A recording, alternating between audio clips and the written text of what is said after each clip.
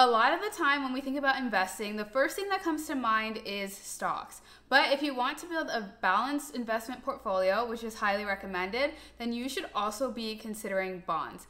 That's why in today's video, I'll be covering everything you need to know about bonds, so let's get started. At its core, a bond is a type of loan. And to illustrate this simply, let me use an example that we have probably all run into at some point or another. Imagine that you have a friend who comes to you and asks to borrow some money and promises to pay you back at a future date. And to ensure that the promise is firm and that you can trust them to pay you back, they put it down in writing and give you that piece of paper. That piece of paper is like a bond. When you buy a bond, you are lending your money usually either to a company or a government, and in return, they promise to pay you back at a specified date. And on top of that, they will pay you back with interest, which is like a little extra money, kind of as a thank you for loaning them your money.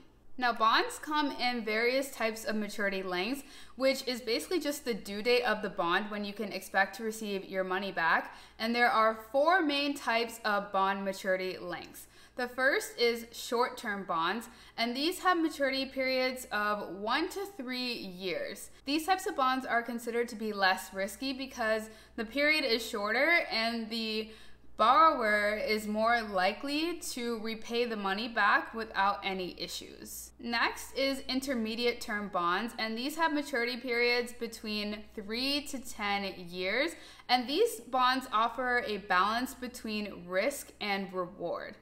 Then thirdly, there are long-term bonds, which typically have a maturity period over 10 years, and some even extend up to 30 plus years. Long-term bonds offer higher interest rates compared to short-term and intermediate-term bonds, but they are more of a risk because your money is tied up for a longer period of time. Fourthly, there are perpetual bonds. So there are some types of bonds which do not have a set maturity date and just extend continually, and these are called perpetual bonds. These bonds pay interest indefinitely but may not repay the principal amount.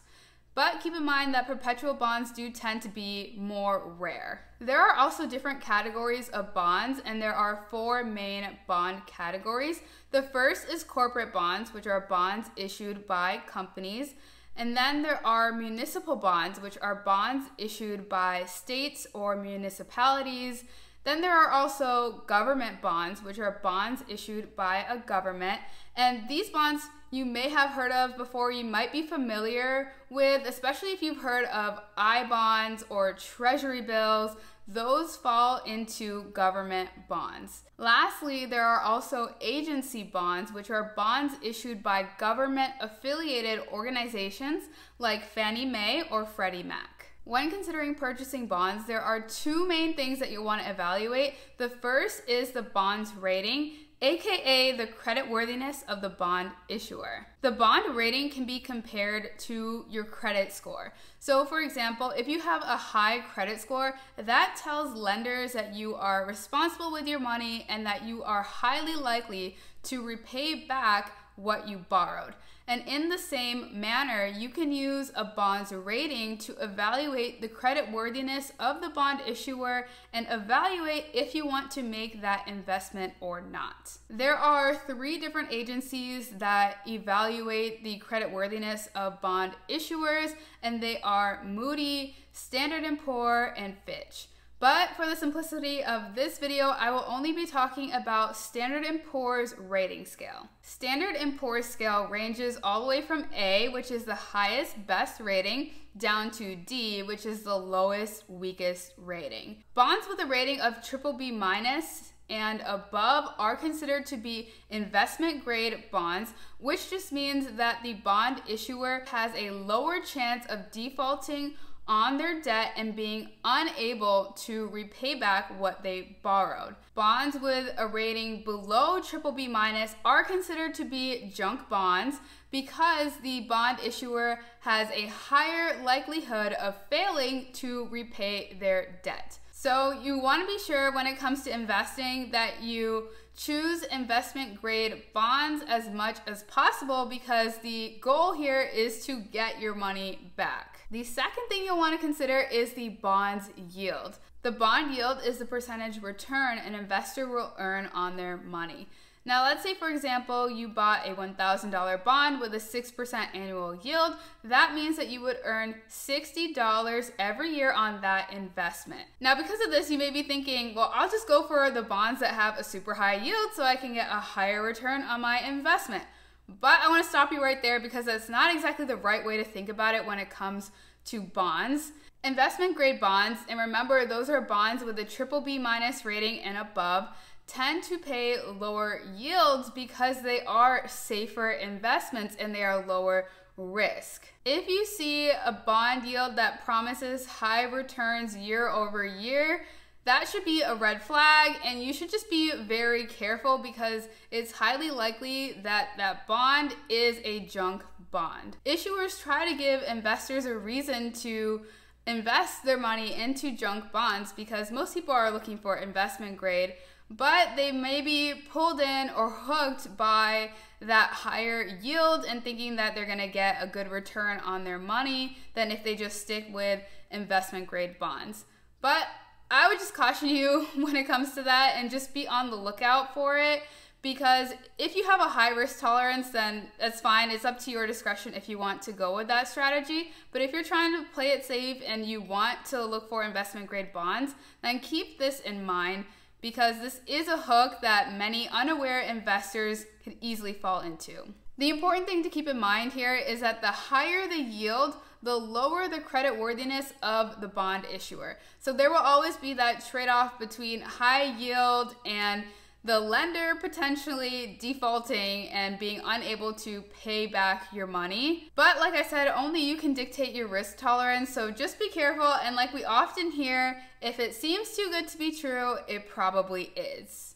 Okay, so now that you know the basics, let's consider the question of whether bonds are a good investment. Any good investment portfolio will be diversified.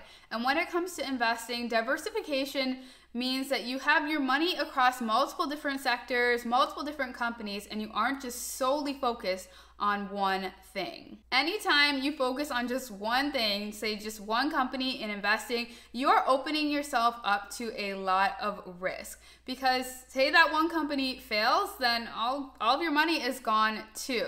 And that's why on my channel, I like to talk a lot about index funds, because they offer such an easy way to diversify your money. Because with just one index fund, your money can be diversified across hundreds or sometimes even thousands of different companies. So a balanced investment portfolio should include bonds. Bonds bring stability to your investment portfolio by helping to reduce the overall volatility and portfolio risk. And similar to stocks, you can choose to invest either in individual bonds or bond ETFs, which are a grouping of bonds. For example, aggregate bond ETFs provide exposure to the entire investment grade bond market. So if you're looking for something that is lower risk overall, but would provide you with better returns, say, than a money market account, then looking into aggregate bond ETFs could be a good idea for you.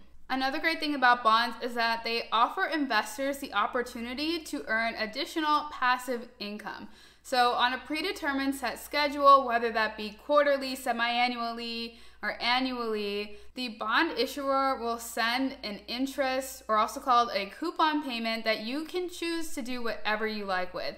You can spend the money, you can reinvest it, whatever you choose to do. And this is very similar to a dividend payment from stocks, with the main difference being that companies make dividend payments at their own discretion. So they can start or they can stop whenever they feel like it, but the interest or coupon payment from bond issuers is mandatory. So to bring it back to the question of whether bonds are a good investment, personally, I would say absolutely. For me, right now, as I'm a young investor, I don't have a large percentage of my portfolio invested in bonds, but as I get older and closer to retirement age, rebalancing my portfolio to shift my focus from stocks to bonds will become a priority for me. And I think everybody can incorporate bonds into their investment portfolio in a customized way that works for them. And I talk about how to do that in the video on the screen, so click right now to learn how.